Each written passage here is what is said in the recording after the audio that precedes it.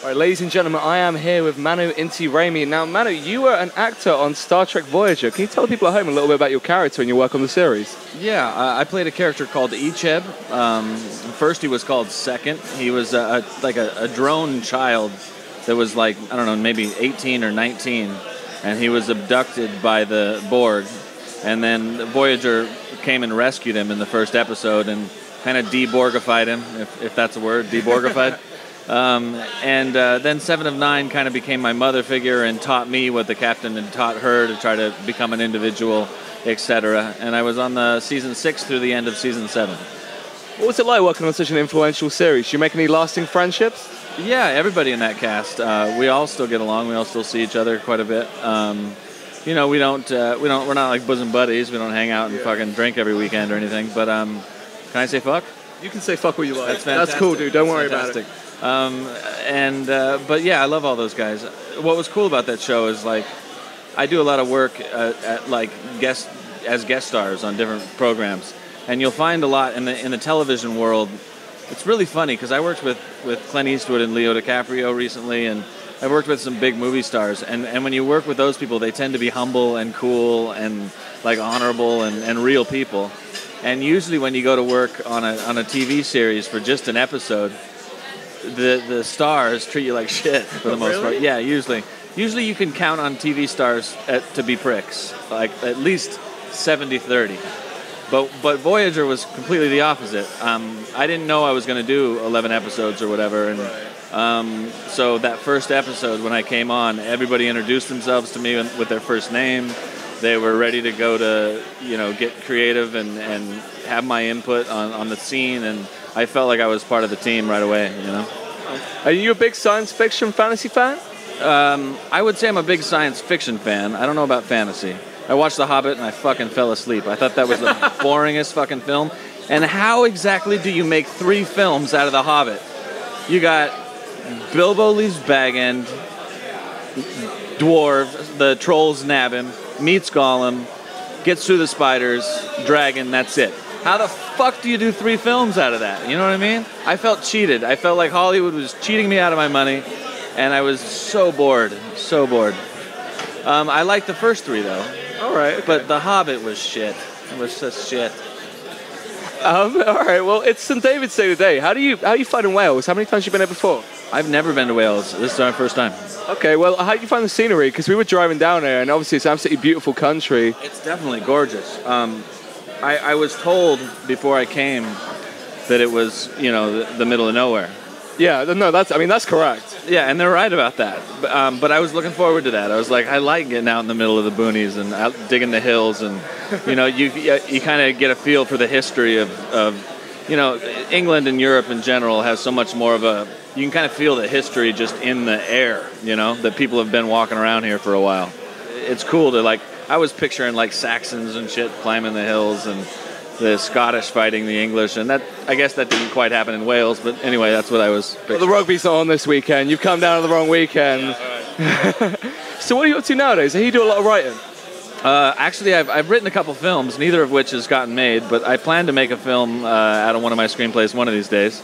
But what I'm up to is I've got 5 feature films going to be released in the next 2 years. One of them's a Western called Six Gun Savior. Another is a film I produced called Benjamin Troubles. It's about a kid who finds a pair of magic blue jeans that actually print money in the pockets. And he's like a down-and-out graffiti artist and used to run heroin and narcotics for like the gangsters in the city, but he's cleaned up his life. And it's kind of like a Guy Ritchie fast-paced romance with some supernatural magic stuff involved. And that'll be out later this year. Star Trek Renegades is a project I'm involved in, which is like a underground Star Trek film that raised a bunch of money on Kickstarter to kind of extend the Voyager series and bring a lot of the different cast of the old series back.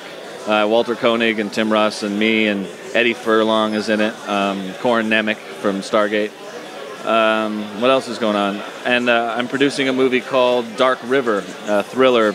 It's going to try to be like Deliverance, but with like 28-year-old kids instead of Burt Reynolds and his buddies. You can look forward to that. there's something I'm missing. Fortress just came out on Blu-ray, World War II film that I'm in. And last year I started on a show called One Tree Hill, playing a villain. Right, okay. You ever thought about moving into directing? Because we were speaking beforehand, you've had some thoughts on this, right? I think someday, sometime, I'm going to direct. Right now, I felt like in the last few years I've really had sort of a leap in ability as far as understanding the acting craft, and I feel like I'm pretty fucking good at what I do these days, but not good enough quite yet to direct the movie as well as act in the movie. I mean, there's really only a few guys that do that or have done that throughout history. You've got your Clint Eastwoods, and Mel Gibson did it a couple times, and Ben Affleck just did it. It's funny saying those three words, names. Who would have known that Ben Affleck was the genius out of those two, huh? You know, back then everyone was like, he didn't help. Matt Damon wrote the whole thing. Turns out that dude's pretty smart, man. But someday, I think for the moment I'm going to stay in front of the camera and produce, and maybe someday I'll direct, but I don't know if I'll act in it as well at that point, you know? Yeah. Is there anything in particular you're looking forward to this weekend? Like, it's funny though too. Directors usually they don't have to do anything. They really don't do anything. I mean, so it can't be that difficult then. No. Well, you know they have all the departments. As long as you hire all the good departments, your DP and your lighting and your costumes and your effects and your script supervisor and your set decorators and all those different departments, you just kind of coordinate. They come to you, they say, how's this? And you either say, like, thumbs up or thumbs down. And that's really what a director does, besides talk to the actors and get the best performances he can. So they're basically a glorified HR guy, is what I'm getting from this. Yeah, they get all the... It's just like actors, man. Actors are the same way. They get all the credit for the movie being good. Yeah. They get all the money. But they really don't do shit. But, you know, show up and talk. All right, fair enough. Would you have any advice for anyone who's looking to get into acting? Don't do it. And if you do, hire me if you get successful. All right, wonderful. I'll be old and I'll need a job. It's such a strange business right now, man. The digital camera has changed Hollywood completely. There used to be like 500 films made a year.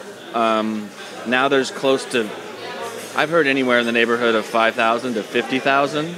So there's all these people with cameras making really bad movies, and all these people with cameras making really legitimately decent movies, but there's not a market to sell it anymore because there's no... DVDs are dying, and less and less people are going to the theaters, and it's going to be, you know, all these digital downloads basically streaming.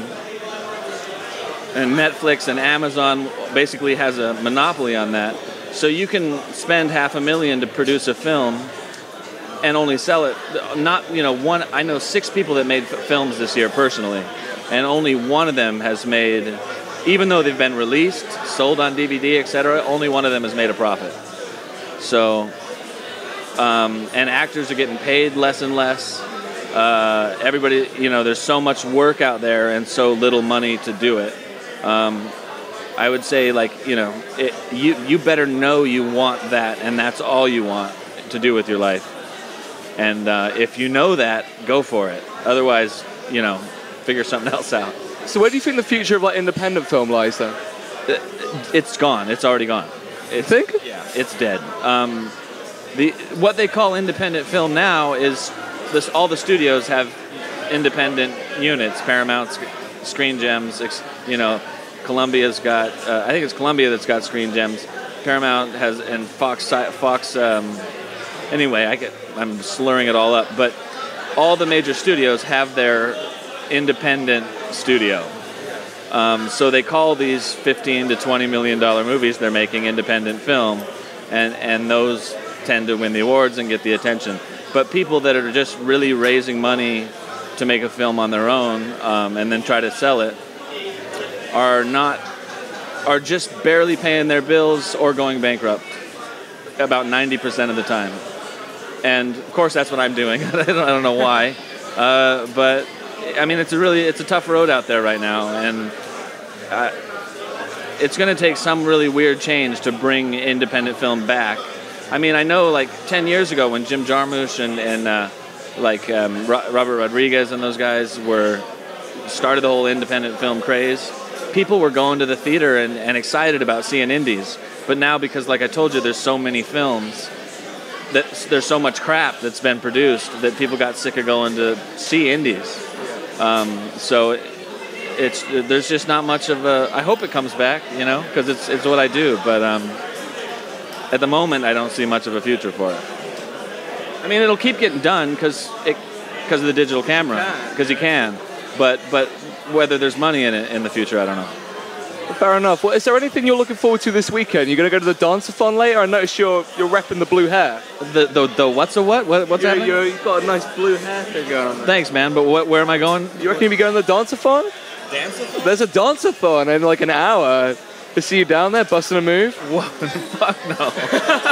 What is the dance-a-thon? It's like people opposite each other, like a dance-off? I don't know. Yeah, I hope so. I'll go to watch for sure. Yeah, no, I don't think it's going to be like a West Side Story kind of deal. I think it's just like a disco or something. Okay, well, is that not your thing? No, I hate dancing, man. Okay, fair enough. You know, if I get enough drinks in me and if I'm with a pretty girl, I'll dance. You give it a go. If she's into it, but just for fun for me, no, I hate dancing. Is there anything? I'm a punk rocker, man. I like, you know, going around in a pit and punching people. I don't, you know. Oh, wonderful. I don't like dancing. What sort of punk stuff are you into? Yeah, I like all the old bands, man. You know, all the way to the beginning of punk to like NoFX and Rancid and. You know, the guys from the late 90s, you know, I was in a band called the Kegels for 3 years that are still rocking it, and I hope they pop someday. I love everybody on the Fat Wreck record, that label that Fat Mike from NoFX puts out. Yeah. All those bands are great. Old bands like the Vandals, you know. All right. Well, guys, this has been Manu Intiraymi. It's Manu Intiraymi. I can't pronounce names. I'm so sorry. No, but it always makes me look like such a dork. Manu Intiraymi. Manu Intiraymi. Thank you very much. Thank you, man.